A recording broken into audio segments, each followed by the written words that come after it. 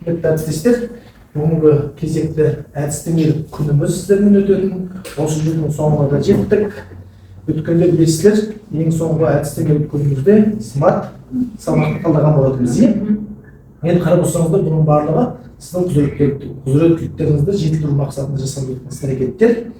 Енді олай болатын бүгінгі бір апта бір дағды бойынша әдістемелік күніміздің тақырыбы көрінбейтін білім айнасы сабақты талдаудың смарт әдісі дейді. Оны қазір өздеріңіз ақырын ашатын боласыздар. Келесі мына сұраққа ойланып еркін түрде жауап берсек. Сіз сабағыңызды нақты қандай критерийлермен бағалайсыз дейді. Бір-екі критерий атап айта берсеңіз. 1, 2, 3. Өзіңіздің бір сабағыңыз енді көңіліңізден шығады ғой. Соны сіз қандай критериймен нақты мынандай болса әдемі болады деген себепсіз. Мақсатым осымен жете аламын деген секілді нақты бір критериймен саусақпен санап айтып. Балалардың белсенді қатысуы. Балалардың белсенді қатысуы, жақсы. Құндылыққа баулу дейді. Жасанды интеллект Дұрыс. Нақты мақсатқа жетуге негізделген әдіс-тәсілдерді қолдану. әдіс-тәсілдер жақсы. Шығармашылық жұмыстарынан бағалайсыз. Қандай функционалдық өмірмен байланысы. Сонда сіздің сабағыңыздың нақты қандай критериймен бағалайсыз деген кезде біз қарап отырамыз да, айтып жатқанымыздың барлығы, айтсақ біз қалай айтып жатырмыз? Жалпылама. Жалпылама айтып жатырмыз. Қате емес, бәрімізді қосса қазір үлкен бір бағалау критерийі шығатыны анық. Жақсы, келесі сұрақты көрейік. Мұғалім айнасын не деп ойлайсыз? Суретке де қараңыздар. Ойланып көріңіздер, мұғалімнің айнасын не деп ойлайсыз? Оқушылары бір-бірін сөйлемейді. Не деп ойлайсыздар? Біздің айнамыз. Оқушылар жетістіктері дейді. Мұғалімнің білімі, теориялық білімі. Жоқ, айта беріңіз, бұл жерде қате деген нәрсе жоқ. Еркін ой ғой. Ешқандай жауап қате болмайды, осы ойымызды еркін білдірейік. Мұғалімнің айнасын не деп ойлайсыздар? Жауапкершілігі, жақсы. Ізденімпаздығы, жақсы. Сіз сонда өзіңіздің кім екеніңізді көрген кезде біз енді таңертең айнаға тұрып, түріңізді, өңіңізді көріп, мен осылай киініп барсам дұрыс екен ғой дейміз. Ал оқушы білім берердің алдында сіз айнаға қарайсыз ба деген сұрақ қой бұл жерде. Білдіңіз бе? Бұл жерде неге қарау керек? Осы нәрсесінде біз қазір тереңірек баратын боламыз. Бұл сұрақ біздің тақырыбымызды ары қарай ашатын болады. Жақсы, ойлануыңыз үшін рахмет. Ары қарай кетейік. Көрінетін білім деген не деп ойлайсыздар? Бізде көрінетін, көрінбейтін деген білім бар. Көрінетін білімдерге дәлелдер келтіріп берсеңіз. Мұғалімнің жетістігі көзге көрініп жатыр. Міне алды орын, бірінші орын, екінші орын. Химия, физика сабақтарында лабораториялық жұмыстар істей алу шығар еді. Зертханалық жұмыстар істей алу, ол көрінетін практический моментті көрсетіп тұрады дегенсіз ғой. Білімді өмірде қолдана білу. Өмірде функционалды қолдана білу. Дағдылардың қалыптасуы. Жақсы. Өте керемет. Аштыңыздар, көрінетін білім. Ал көрінбейтін білім не деп ойлайсыздар? Құндылық. Сабақта өзінің өмірге қалыптасуы. Рефлексиясы өзінің. Сізге көрінбей тұрған, сіз оны көрдіңіз, дұрыс па? Жемісті өсіреміз, өскен кезде өсіп келе жатқан көреміз де өсіп келеді. Оның микро әлемде не болып жатқанымызды білмейміз де, қандай гармондар, қандай нелер беріп жатқанымызды білмейміз. Тура сол секілді оқушыға қарап қойыңыздар. Ол да сіздің өсіп жатқан жемісіңіз.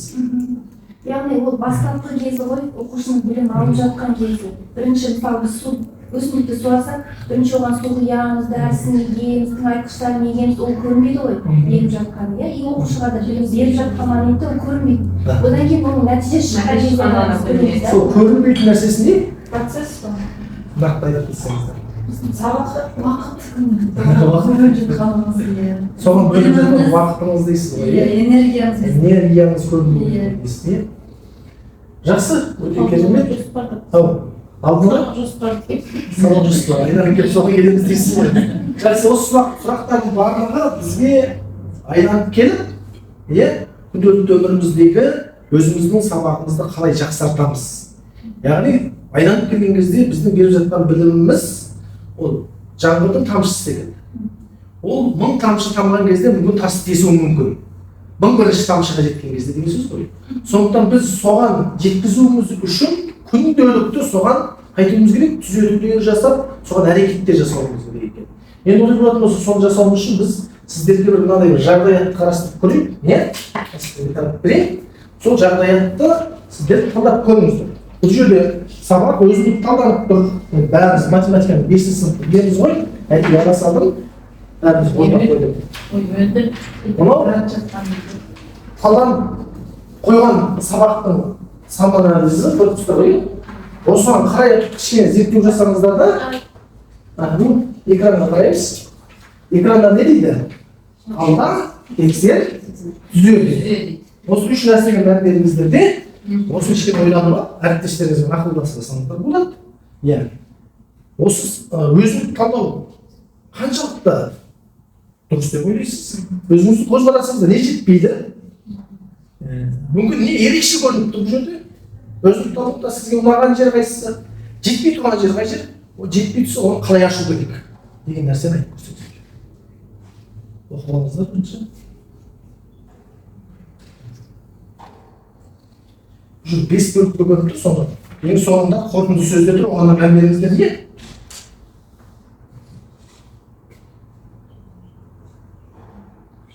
Яғни 5-ші сынып жай бөлшектерді қосып азайту деген тақырыпта оқу мақсаты берілді, сабақтың мақсаты шыққан оқу мақсатынан. Сол бойынша мұғалім бүкіл сабағы бойынша өзіндік талдау жасап, бізге осылай айтты. Сіз тыңдап отырсыз. Нелеріне не жетпейді, болмаса не сізге ерекше болып көрінді.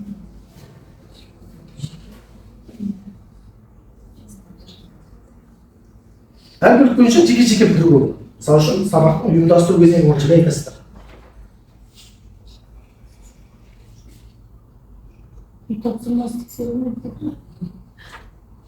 Бірінші оқып жесеңіз соны? Сабақ оқу бағдарламасына сай құрылды. Жағымды психологиялық ахуал орнатылып, оқушылардың дайындығы пысықталды. Белсенділік жоғары деңгейде болды. Мен сөйтіп сізге айтып тұрмын. Сіз мені тыңдап тұрсыз, осы айтқаным қаншалықты дұрыс. Мына жерде сабақты ұйымдастыру туралы кері байланысты бұл. Бірақ мына жерде бізде балалардың белсенділігі бүкіл бәрі туралы айтып кетті да. Енді психология, ең алғашқы ұйымдастыруда бұл жерде балалардың ана несі туралы айту керек сияқты, ең алдымен балалардың, мысалы енді ең басында балалар түгін дегеніміз кіріспенелерін жасаймыз олар, сол туралы кері байланысты. Факты мен айтайын. Соңына тақау белсенділік деген ол жерде болмау. Иә. Ол жалпылама кетті да. Сабақтың. Жалпылама айтылып кетті деген сөзді қабылдаймыз. Жалпылама айтылып кетті деген сөзде тұр. Әңгіме не? Тағдыр енді болса болды. Ал сіз болсаңыз қалай айтады? Не жетпейді? Стандарт сөз.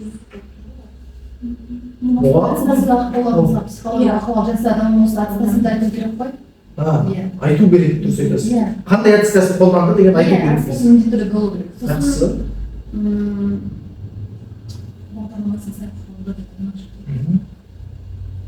Оқушылар дайындық пысықталды дейді.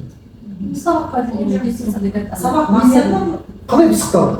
сол қалай пысықталды? Үй тапсырмасын тексеру қандай жолдар арқылы қандай әдістер арқылы пысықталды? Ол нешеде қандай әдісті көрсетті? Ол біз айта беремізге сабақта. Үстіден, бүйттен, сөйтіп, оны сіздер көріп отырсыздар ғой, мен үшін айтып жатырмын, сіздер оны сіздер көріп отырсыздар. Оны факторды сізге айтып бергенде пайда бар ма? Ол сюжетті қайту керек болғанымыздың жерде кішкене барлығы жалпылама айтылып кетті де, нақты қайту керек екенбіз, тоқталып тұр. Міне осы әдісті қолданған кезде оқушылардың психологиялық жағдайында осындай әсер көреді. Себебі жансая ол кезде бүйтіп күлді деген секілді. Мысалы үшін нақты факті келтіру керек. Мысалы үшін әрбір сыныпта әртүрлі психологиялық ахуал болады. Не себепті мына сыныпқа именно сондай психологиялық ахуал тудырдық? Мына сынып, мысалы үшін шулы, кішкене олар тыныштандыру мақсатында деген сияқты, иә? Ал мына сыныпқа мүмкін психологиялық ахуал сондай бір көп уақыт бөліп қажеті жоқ болады кейбір сыныптарға, мысалы үшін. Олар үлкен зейіні тұрақты, барлығы дайын, сол моментті да кішкене сыныптың ерекшелігіне сай психологиялық ахуал қалай тудырды? Не себепті олай тудырды? Балалар оған қалай жауап берді? Қандай сезімде болды? Өте керемет. Тоқталып кетеміз. Өте керемет. Ашылды деп ойлаймын, бір-бірімізді ашылдыңыздар, қарасаңыздар, сондай моментте де ашылды. Екінші бөлігі бойынша не айтасыздар? Мақсаттың орындалуы бойынша. Бұл жерде де мақсатқа толық қол Бірінші оқып жесеңіз? Сабақ мақсаты нақты және жас ерекшелігіне сай, оқушылардың басым бөлігі қойылған оқу мақсатына толық қол жеткізді. Біріншіден бұл өте толық емес, айтылды, тек қана қысқаша ғана айтылды, және бұл жерде де жалпылама түрде айтылды. Мақсат нақты және жас ерекшелігіне сай деп тұр, иә. Одан бөлек бұл жерде оқушы басым бөлігі қойылған қол жеткізген, қандай жолмен қол жеткізгені туралы айту керек та бұл жерде. Енді жаңағы барлық бұл жерде міндетті түрде барлық әдіс тәсілдерді қайтадан қайталап айтып беру керек емес және айтқанымыз сияқты. Бірақ сонда да қандай мақсаттар? Неге мен осы мақсатқа қол жеткізу үшін осы әдісті қолданамын деген сияқты айту керек. Және оны қайдан көріп тұр? Мақсатына қол жеткізгенін Нақты факт қай жерден қалай қол жеткізіп отыр баланың жаңа мақсатқа жеткенін? Тағы не болсыздар? Ойлаудағылардың деңгейіне байланысты. Ойлаудағылардың деңгейіне байланысты қандай тапсырмалар балаға берілді. Мысалы үшін, енді мақсатқа жету үшін сіз ресурс бермейсіз бе? Соны орындамай ма бала? Сол кезде міне мысалы айтасыз, мына сұрақты бердім, ойлау дағдысының бұл талдау деңгейінде болған. Мына бала осындай жауап берді, дәлелдерін айтасыз. Мысалы үшін жаңа құралай үстін жауап берді. Сол себепті мен ойладым, осы жерде мен сабақтың мақсатына балаларды жеткізіп көтере алдым. Себебі дәлел ретінде 3 бала оған осылай жауап берді деп айту керек екен. Біз көбінесе айтамыз, білесіздер ғой, біз мақсатына жеткізуімізді болмайық дейміз. Сонда көрдіңіздер ме? Өзіндік талдау жасаудағы ең маңызды нәрсе әрбір нәрсеге не келтіріп отыру деген дәлел келтіру. Әдіс тәсілдер бойынша айта кетсек. Тағы бір әріптесіміз оқып жүрсең. Оқушылардың логикалық қозғалуын дамыту үшін келесі әдістер тиімді қолданылды. Сұрақ жауап және түсіндіру әдістері, жұрттық жұмыс және деңгейлік тапсырмалар, кері байланысты орнатылды. Осы жүйе сіздерге қаншалықты ұнады? Бұл жерде әдіс тәсілдердің жекелеп айтылғаны дұрыс деп ойлаймын. Не себепті осындай әдістер қолданылды? Не үшін? Не үшін деген сұрақты қоюымыз керек еді?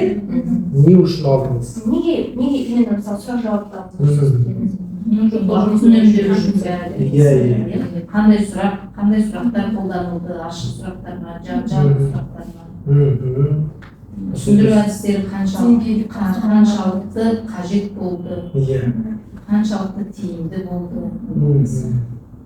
Бұл неге оқушылардың несін дамытады, қандай дағдыларын дамытады деген айту керек сияқты. Деңгейіне байланысты. Бір сыныпта мысалы барлық оқушылар бар, әртүрлі деңгейде одан кейін мысалға кейбірде андай бақылау оқушы ұмытып қалды. Сол уақытта өзі жеке тапсырма деген сияқты деңгейлік тапсырманы жасады. Деңгейлік тапсырма дегенде ашып жүру керек дейсіз ғой, берілді бақылаушы мақсатқа байланысты деген секілді. Енді кері байланыс айту керек болған, әр кезде мен балаға мынандай сұрақтар жарайсың, не оқыдың, о қалай еді, қалай болды деген секілді өмір бойында осы сұрақтарменен мен баланы қайттым, өзіме қарай оқу әрекетіне қарай жетеледім деп нақты дәлелдер. Сонда таңдап алған әдіс тәсіліміздің өзін айту керек болып тұр. Неге қолданғандығын, не үшін қолданғандығын ашып көрсету керек болып тұр ғой. Айналып келген кезде бәрі неге байланысты? Оқушының әрекетіне қалай әсер етті? Оқушыны қалай сіз қызығушылығын оята алдыңыз? Болмаса сабақ мақсатына назарын қалай аудара алдыңыз? Соны қарай ұстап, қандай тапсырмалармен жеткізе алдыңыз дегенбіз. Жақсы, келесі бағалау бөліктеріне қандай бағалау жүйесіне. Бағалау жүргізілді. Бұл оқушыларды ынталандырып, өз білімдеріне рефлексия жасауға мүмкіндік берді. Бұл да нақтылы айтылған ма, жоқ жалпылама? Жалпылама. Не қосу керек еді? Қандай перспектива? Сұрақ жауап әдісі қалай бағаланды? Сұрақ жауап әдісі, жұрттық жұмыс қалай бағаланды? Деңгейлік тапсырмалар қалай бағаланды? Қандай дисциплиналар бойынша бағаланды? бул жерде өзүндүк багалоо колдонулдума? жұрттық бағалауға яғни жұрттыққа әлде мұғалімнің кері байланысы арқылы бағалануы. Өйткені бағалаудың көп түрімен таныстық секілді. Соның ішінде әртүрлі түрлері болды. Өзін-өзі бағалау, өзара бағалау деген секілді. Сырттан бағалау деген бар. Сонда қарап отырсаңыздар, осы бағалаудың қай түрін сіз сабақта қолдандыңыз, ол тиімділік, өнімділігі неде болды, баланың сол жерде потенциалында қандай өзгеріс болды. Сол бағалау әділ болды ма? Соны нақты дәлелдермен көрсету керек. Дискриптер құрылады, ол бізде қоя салған дискриптер мә. Мына тапсырманы орында дейсің, бітті. Сонымен робот секілді қалып қойып, олай емес болу керек.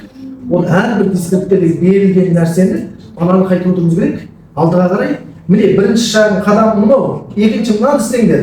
Міне жақсы жарайсыңдар, міне мына топ осылай келіп қалды. Енді сіз қалайсыз деген секілді қайтып отыру керек. Бірімен бірін бүйтіп командалық жарыс, бірімен бір бәсеке орнатып жүру керек те, сонда бір-бірімен контакты болып кетеді деген.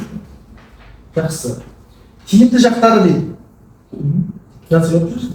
Оқушылардың тақырыпқа деген қызығушылығы жоғары, тапсырмалар мақсатқа сай уақытты тиімді пайдалануда оқушылар арасындағы ынтымақтастық нығайды. Қалай ойлайсыздар? Бұда жалпыламайды. Жалпыламайды. Не ашсақ, не критерийлерді қандай нәрселерді қосуымыз болады? Осы әдіс-тәсілдердің қандай мақсатқа жетуде қандай тиімді жақтары? Қай әдіс-тәсіл мысалы үшін тиімді болды десек? Қызығушылығын арттырды ма қызығушылығын, арттырған жоқ па? Кейде болады тиімсіз болып қалып, кейде таңдап алған әдіс-тәсілдер. Білесің, что ашса болса да тиімсіз. Егер тиімсіз болып бара жатса, сол моментте не істеуге болады? алмастыруға болады. Сіз қымылжыңызда тұрмаса да, ситуациядан шығып кетуіңіз керек. Бірақ өзіңіз талдау жасаған кезде оны айтасыз. Мен неге бүйттім? Себебі байқадыңыздар ма? Оқушының осындай әрекеттерінен мен жайлып бара жатқанын көрдім сыныпта. Содан кейін жинап алу үшін мен осындай әрекетке көштім деген нәрсені сол жерде дәлелдеп айтып бердім. Мен жаңа сіздерге келгенде сондай оймен келгенмін. Басқа жақтар ойып кетемін. Картаны алып бердім, табын тұрып келдім де жоқ, мен осы картаны өткізген анау, наверное, кішкене үлеу болады деп сөйтіп, иә, всегда ойлап жүресің. Атмосфераға қарайсыз. Иә. Жақсы. Енді ең соңғы қорытынды сөз болайыншы, сабақ өз мақсатына жетті. Жетті ме? Енді бұл жерде көрдіңіз бе, біз мысалы мына талдау арқылы ол жетті ме жоқ па білмейміз. Жоқ, талдауы сол. Иә, Педагогтың талдап тұрғаны сол. Сізге беріпті ғой. Өзінің сабағына өзі баға беріпті, дұрыс па? Енді осы бағаға қарап отырып, сіз қорытынды жасаңызшы, жетті ме жеткен жоқ па? Сіз көре алдыңыз ба? Жеткен. Осы бағалауына қараңыз. Иә, сондықтан әріптестер өзіндік талдау жасаған кезде, осыған келген қаншама кездесіп өзіндік талдау шыны керек білмейді.